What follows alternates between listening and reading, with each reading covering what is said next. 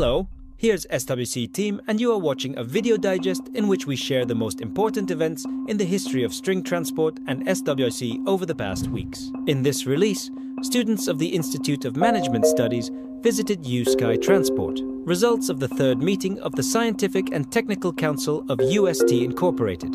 HE engineer Esmail Hassan Al-Blushi visited USky Transport.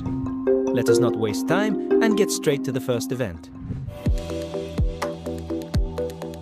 USky Testing and Certification Center opened its doors to students of Institute of Management Studies, India. The meeting included an introduction to the U-City Linear City model, a visualization of a future in which string transport will be part of a sustainable urban environment. For the students, the visit was not just an introduction to an advanced transport system, but an inspiring journey into a world where technology and ecology go hand in hand. UST Incorporated hosted its third this year Science and Technology Council meeting, chaired by General Designer Anatoly Unitsky.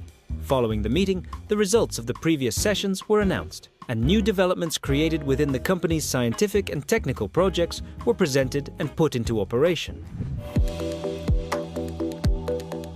USky Transport hosted a meeting with His Excellency Engineer Esmail Hassan Al-Blushi, Director General of the Ras Al Khaimah Transport Authority.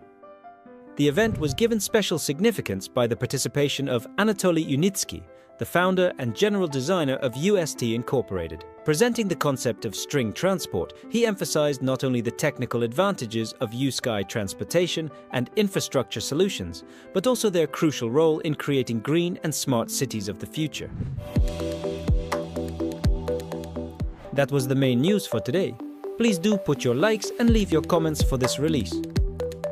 See you soon.